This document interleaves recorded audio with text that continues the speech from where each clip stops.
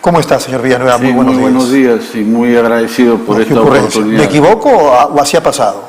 No, nosotros hemos cruzado una invitación a los dos candidatos que han pasado a la segunda vuelta. ¿Para cuándo? La señora Keiko y al señor Pedro Castillo. Fue para el viernes 14. ¿Y fueron o no fueron? No fueron. ¿Ninguno de los dos? No pudieron porque hubo cruce de agenda. Le volvimos a reiterar la invitación para tener una reunión con cada uno de ellos y de manera separada. ¿Y? El señor Pedro Castillo respondió inmediatamente. Ayer hemos tenido la oportunidad de conversar con él.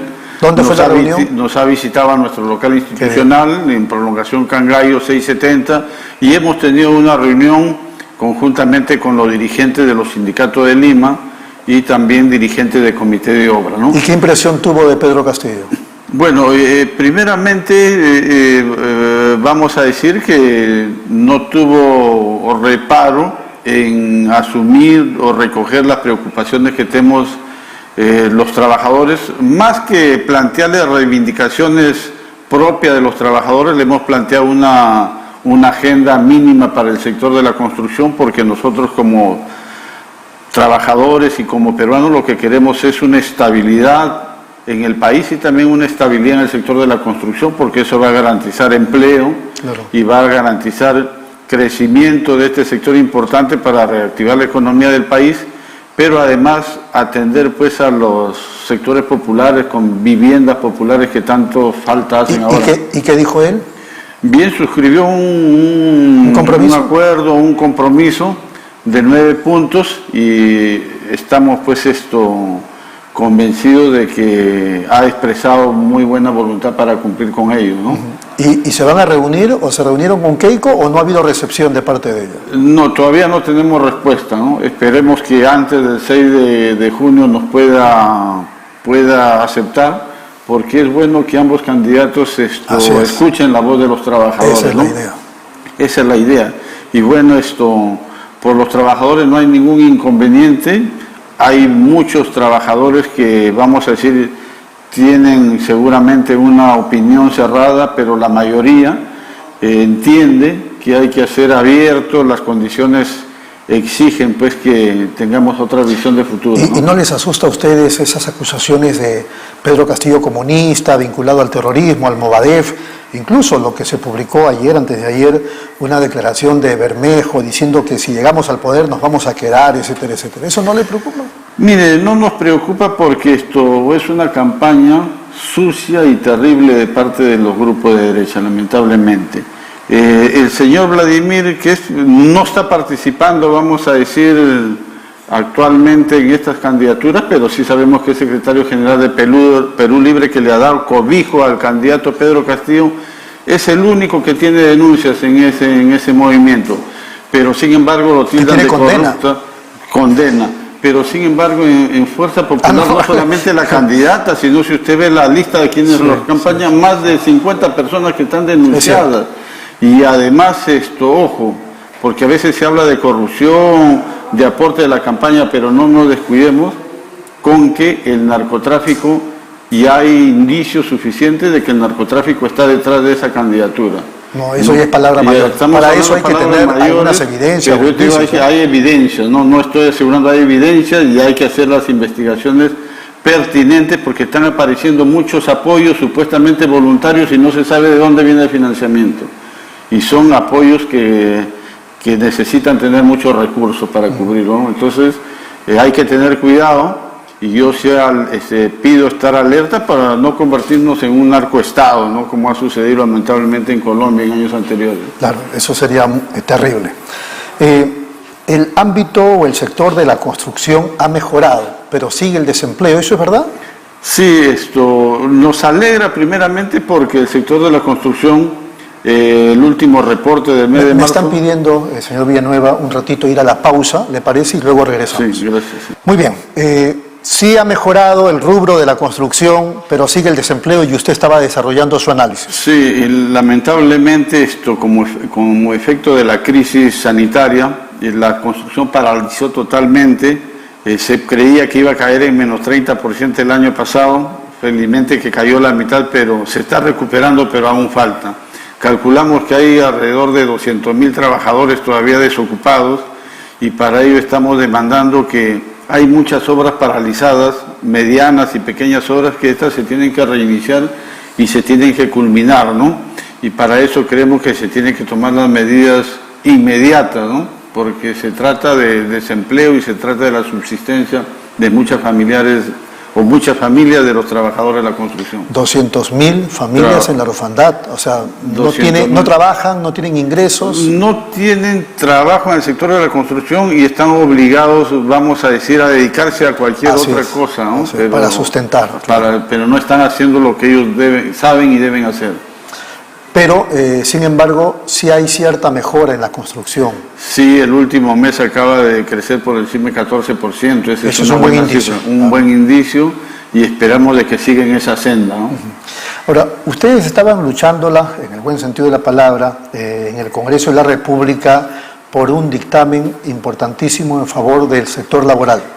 Sí, es bueno también dar a conocer a los trabajadores de que la Comisión de Trabajo y Seguridad Social aprobó un dictamen favorable respecto a la restitución del régimen pensionario en el sector público para los trabajadores de construcción civil, un derecho que lo tuvimos hasta el año 92 y que se trata de que el trabajador, por el tipo de trabajo y por la eventualidad, se puede jubilar con 15 años de aporte. Actualmente, ¿cómo lo hacen? Se hace igual que el régimen general con 20 años de aporte, y por eso es que muy pocos trabajadores de la construcción logra acceder a la jubilación. Estamos gestionando para que la mesa directiva lo agende y esta pueda pasar al pleno para su discusión. Bueno, pedimos justicia a los congresistas, a la mesa directiva, a los ¿Para que puedan voceros, jubilarse a qué edad? a los 55 años de edad, Porque muchos no llegan ni siquiera. Sí, porque por el tipo de trabajo tenemos una vejez prematura, ¿no? Entonces, y mucho desgaste físico, y muchos terminan con enfermedades musculoesqueléticas que les es imposible ya desarrollar trabajo fuerte pasados los 55 años de edad, ¿no? ¿Eso es fundamentalmente por el peso que levantan? No, por el peso, por los esfuerzos que se hace, y también por hay algunos trabajos que se hacen en condiciones muy fuertes, ¿no? Cuando, sobre todo en obras de infraestructura, ¿no? Como vamos a decir túneles, irrigaciones, canales, y sobre todo que muchos de esos trabajos se hacen a la intemperie, expuestos al sol, al calor, muchas veces el frío. Hay obras que se hacen por encima de los 4.500 metros de altura, ¿no? Entonces las impericias del tiempo, claro, también van mermando el físico. ¿Ese dictamen está entrampado en la comisión? ¿Ya se va a debatir en el pleno? No, hace 10 días fue aprobado en la comisión.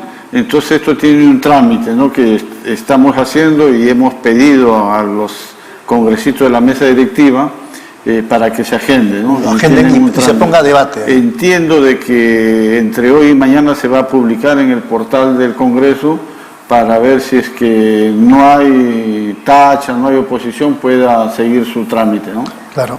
¿Y cómo marchan en este? Es verdad que ya esos asuntos en apariencia han bajado, pero había, digamos, denuncias mediáticas fortísimas de federaciones, que no es la suya, habían otras aparentemente informales, luego enfrentamientos en los lugares donde se construían casas o edificios y hasta muertes. ¿Cómo está eso?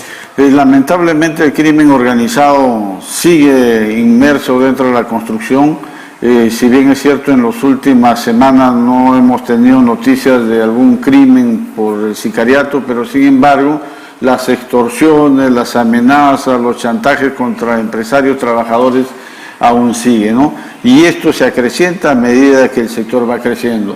Y ha habido un cambio en la DIRPO, que es la división de la policía encargada de ver la violencia en el sector de la construcción, con quien estamos también coordinando, y esperemos pues que refuercen el trabajo de inteligencia y también las detenciones y la desarticulación de estas bandas. ¿Ha bajado el número de esos grupos sindicales informales?